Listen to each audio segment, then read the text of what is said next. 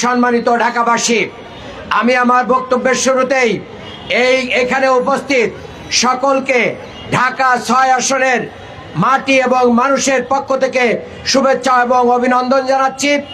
আমি এই কথা বলতে চাই, আগামী দিনগুলোতে এদেশে গণতন্ত্রকে সুসংহত করার জন্য, এদেশকে ক্ষুধা দারিদ্র মুক্ত করার জন্য, এদেশকে চাঁদাবাজ মুক্ত করার জন্য, এদেশকে দখলবাজ মুক্ত করার জন্য, এদেশকে সন্ত্রাস মুক্ত করার জন্য, এদেশকে মাদক মুক্ত করার জন্য আমাদের 5 দফা দাবি মেনে নিতে হবে।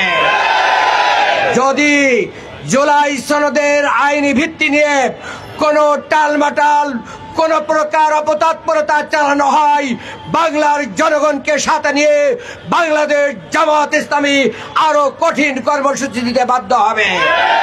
আমরা বলে দিতে চাই, আগামী নভেম্বরের ভিতরেই গণভোটের মাধ্যম দিয়ে জুলাই সনদের বাস্তবায়ন করুন এবং এই সংস্কারকে কনফার্ম করুন। জনগণকে আমাদের এই দাবির সাথে একাত্মতা প্রকাশ করার আহ্বান জানিয়ে আমার বক্তব্য শেষ করছি। আল্লাহ হাফেজ। বাংলাদেশ জিন্দাবাদ, বাংলাদেশ জামাত ইসলামী জিন্দাবাদ।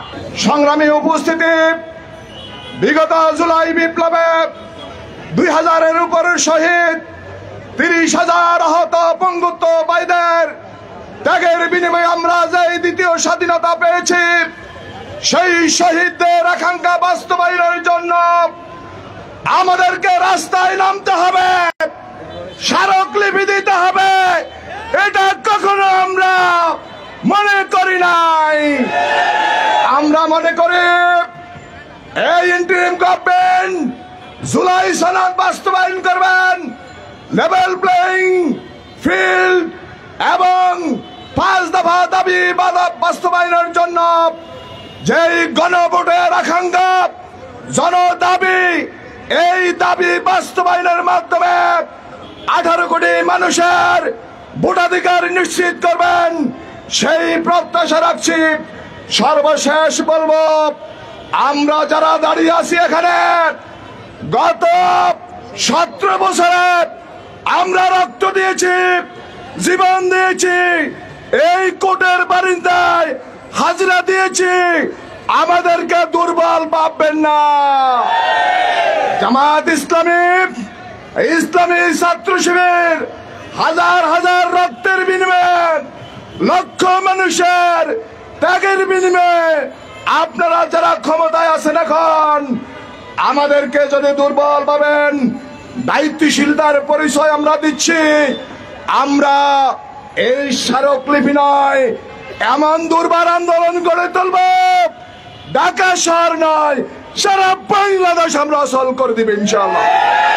সংগ্রামী সমাবেশ, আসুন আজকের এই সমাবেশে সকলকে আমরা ঐক্যবদ্ধভাবে, শৃঙ্খলাভাবে আমরা আমাদের কর্মসূচি পালন করব। সকলকে ধন্যবাদ জানিয়ে আমার সংক্ষিপ্ত বক্তব্য শেষ করছি। আল্লাহ হাফেজ। বাংলাদেশ জিন্দাবাদ, বাংলাদেশ জামাত ইসলামী জিন্দাবাদ। আমরা স্পষ্ট করে বলে দিতে চাই, প্রিয় দেশবাসী, রক্তদিকে রক্ত এবং অত্যন্ত অন্যায় অনাচার দুর্বার আন্দোলনের মাধ্যমে, বুলেটের কাছে বুক পেতে দেওয়ার মাধ্যমে যে আমাদের স্বাধীনতা এসেছে, সেই স্বাধীনতাটাকে ভুলুণ্ঠিত করার জন্য আজও কিন্তু ষড়যন্ত্র দৃঢ়ভাবে করে যাচ্ছে। আমরা যে নিরাপদ ভোটের অধিকার পাওয়ার জন্য, সন্ত্রাস দূর করার জন্য, জুলুম দূর করার জন্য, চাঁদাবাজ দূর করার জন্য, ভোটের সুষ্ঠু ফিরিয়ে দেওয়ার জন্য, জনগণের অধিকার ফিরিয়ে দেওয়ার যে আন্দোলন করেছি, আজও আবার ভোটের সুষ্ঠু পরিবেশের জন্য আমাদেরকে আন্দোলন করতে হচ্ছে।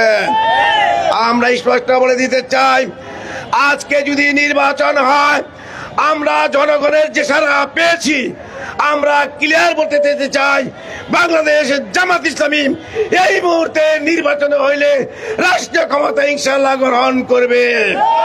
কিন্তু তারপরে এই মুহূর্তে আমরা ভোট নিজেদের স্বার্থে না চেয়ে, জাতির স্বার্থে, জনগণের দাবির স্বার্থে স্থায়ীভাবে জুলুম, অত্যাচার, দোষর, স্বৈরাচার স্পষ্ট বন্ধ করার জন্য জামাত ইসলামী নিরপেক্ষ নির্বাচনের জন্য উভয় কক্ষে পিয়ার পদ্ধতির আহ্বান করেছে।